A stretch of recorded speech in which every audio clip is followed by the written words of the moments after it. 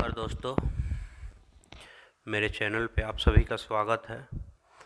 और आज मैं आपको बताने जा रहा हूँ कोशिका के बारे में, यानी सेल के बारे में। सेल क्या होता है?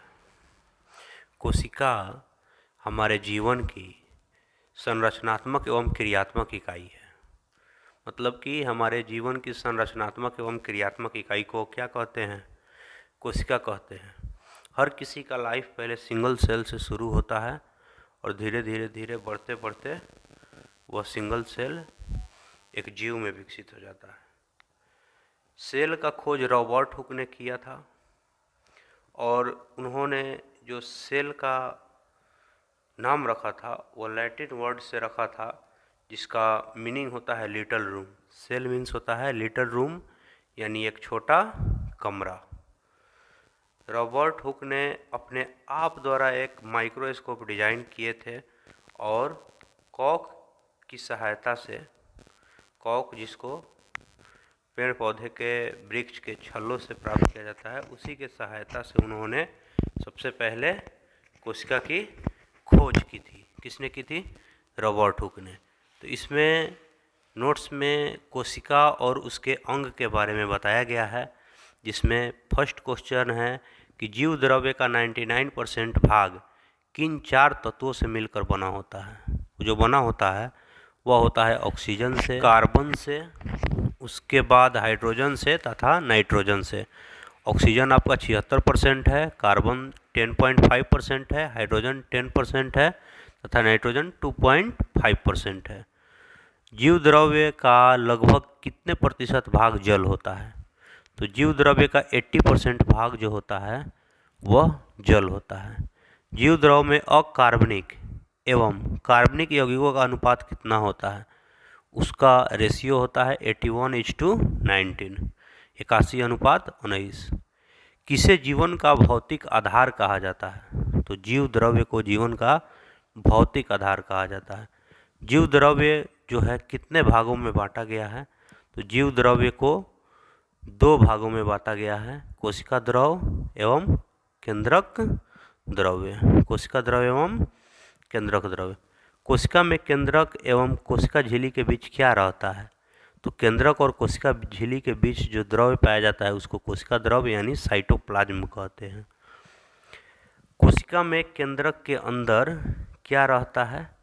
तो केंद्रक के अंदर जो द्रव रहता है वो केंद्रक द्रव्य न्यूक्लियोप्लाज्म रहता है। क्या रहता है? केंद्रक द्रव्य न्यूक्लियोप्लाज्म। के अध्ययन के विज्ञान को क्या कहा जाता है?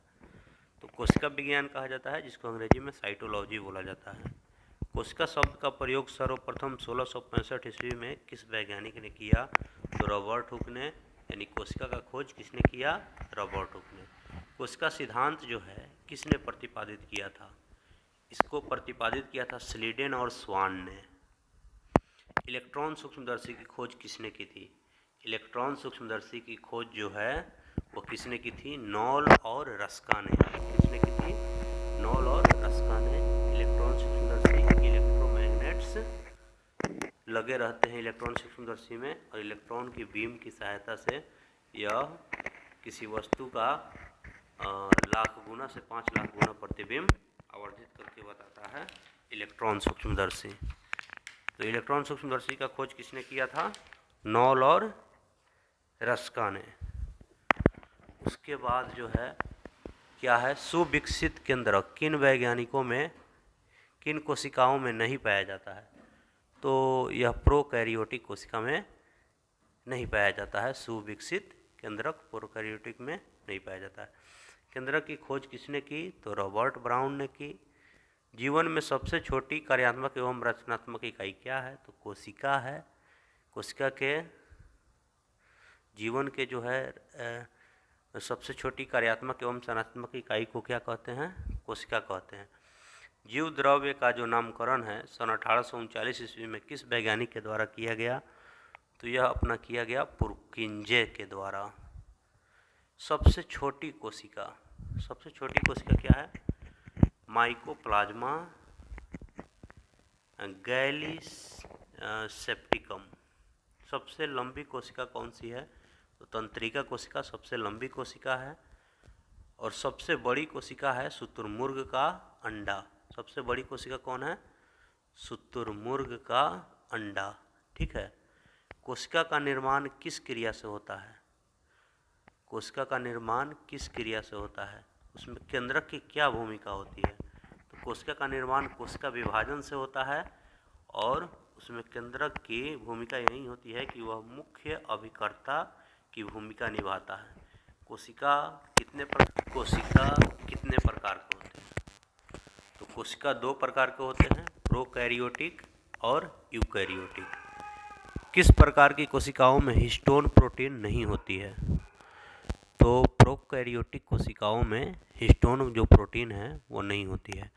जीवाणुओं एवं नील हरित शैवालों में कौन सी कोशिकाएं पाई जाती है? तो उसमें प्रोकैरियोटिक कोशिका पाई जाती है। अब इसमें एक क्वेश्चन दिया गया है कि कोशिका को जो माइक्रोस्कोप है सूक्ष्मदर्शी पे सबसे पहले किस स्लाइड पे देखा जाता है? तो इसका आंसर आप लोग कमेंट बॉक्स में लिखिए कि कोशिका को सर्वप्रथम किस स्लाइड पे, सूक्ष्मदर्शी के किस स्लाइड पे देखा जाता है। जय हिंद। वीडियो को देखने के लिए बहुत बहुत शुक्रिया। Thank you so much.